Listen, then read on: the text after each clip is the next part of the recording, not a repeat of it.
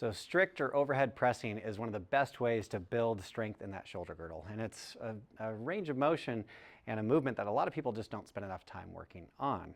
Now, there's a couple different ways to do it, and our favorites are going to be with a dumbbell or a kettlebell. Now, before we even get too deep into it, we're going to acknowledge that somebody like Derek, go ahead and reach up overhead, Derek, for me. He can keep his body nice and straight through here, and he's got great overhead mobility, and so he can really use either. A lot of people, though, are kind of missing a little bit of range of motion up at the top, and this is where things get a little bit tricky. Depending on what kind of weight he's holding up here, if he's not able to stack that over that, he'd be working really hard holding that weight out in front of him, right?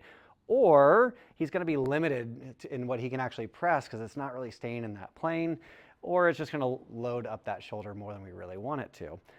Or he's also maybe going to have, if he doesn't have the motion here in his shoulder girdle, he might substitute from here, and we can make arguments as far as why we don't like that. So if we really want to think about, hey, what if someone's just missing a little bit at the top? How can we make that better? Derek, go ahead and grab that 25-pound dumbbell. So here he goes. He's going to stay really locked in. He's going to press straight up and overhead.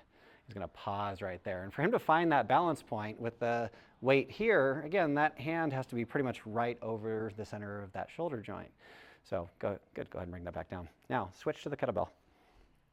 Same weight, well, 1 pound different. Go ahead and press up for me and find that balance point. So when he finds that balance point, to have that balance over this, he's in a slight little bit of flexion. Not a whole lot, but maybe Derek is somebody that's missing just a little bit of range of motion. We still want him to overhead press, and we even maybe still want him to overhead press heavy.